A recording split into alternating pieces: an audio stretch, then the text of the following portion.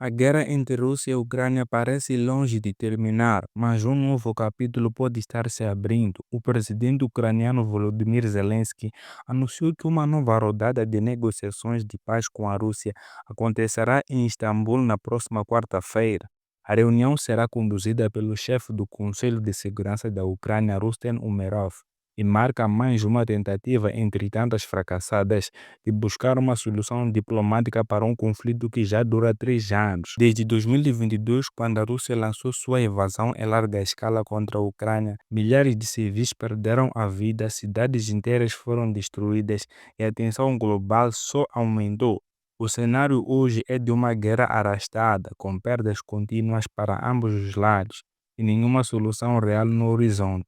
Nas últimas semanas, a Rússia intensificou os ataques com drones e mísseis, incluindo um bombardeio na cidade de Kramatorsk, que matou uma criança e feriu vários civis. Em Kiev, 6 regiões da capital foram atacadas recentemente. A violência segue em alta. Do lado ucraniano, a resistência continua. O exército afirmou ter repelido mais de 50 ataques na região de Pokrovsk, no leste do país, onde a Rússia tem concentrado grande parte do seu poder de fogo. Há relatos de grupos de sabotagem russos tentando entrar na cidade. A guerra se mantém ativa, brutal e imprevisível.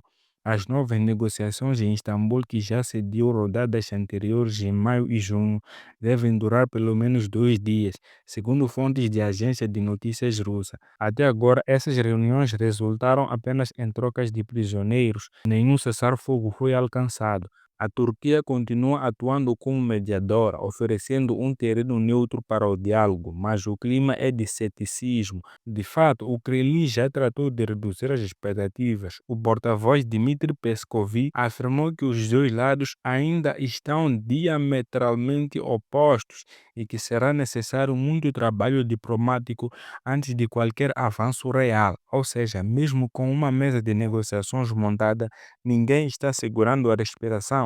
Enquanto isso, do outro lado do Atlântico, o presidente dos Estados Unidos, Donald Trump, elevou o tom. Ele ameaçou a Rússia com sanções severas caso não haja um cessar-fogo em até 50 dias.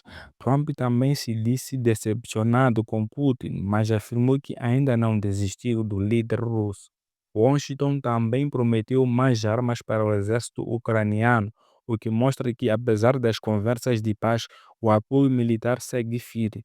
A leitura que se faz disso é clara. As negociações em Istambul podem ser mais um passo simbólico do que prático. O cenário de guerra continua aquecido. Os bombardeios não cessam e, politicamente, os interesses em jogo são profundos e conflitantes. Mesmo que haja um acordo parcial, como uma nova troca de prisioneiros ou um esboço de cessar-fogo, o fim do conflito ainda parece distante. Para muitos analistas, essa guerra já ultrapassou a lógica de uma disputa territorial.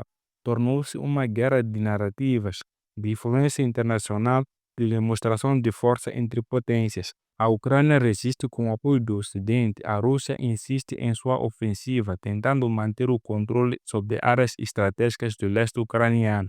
E no meio disso tudo, milhões de pessoas vivem o terror diário de sirenes, explosões e perdas irreparáveis. Na opinião de um observador, ainda que qualquer conversa de paz seja válida e necessária, o histórico das negociações e a atual postura dos líderes envolvidos indicam que Istambul não será palco de um desfecho.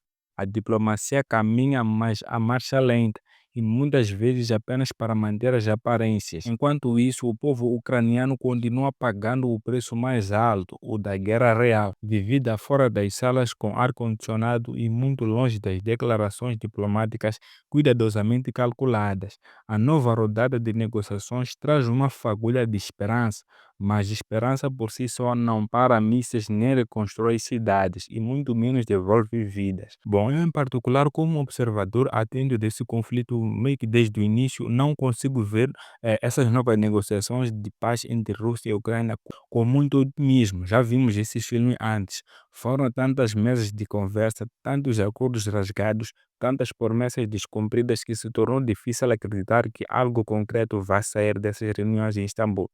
Sim, o diálogo é sempre melhor do que o silêncio dos canhões. Mas quando esse diálogo é vazio de compromissos reais, ele vira apenas teatro político. E, infelizmente, é isso que parece estar acontecendo de novo. O que me impressiona é como o conflito foi normalizado. A guerra entre Rússia e Ucrânia não é mais destaque diário nas manchetes do mundo, a não ser quando uma bomba mata uma criança ou quando líderes fazem discursos mais inflamados. A gente está se acostumando com a guerra como pano de fundo, como se fosse inevitável. Isso é perigoso.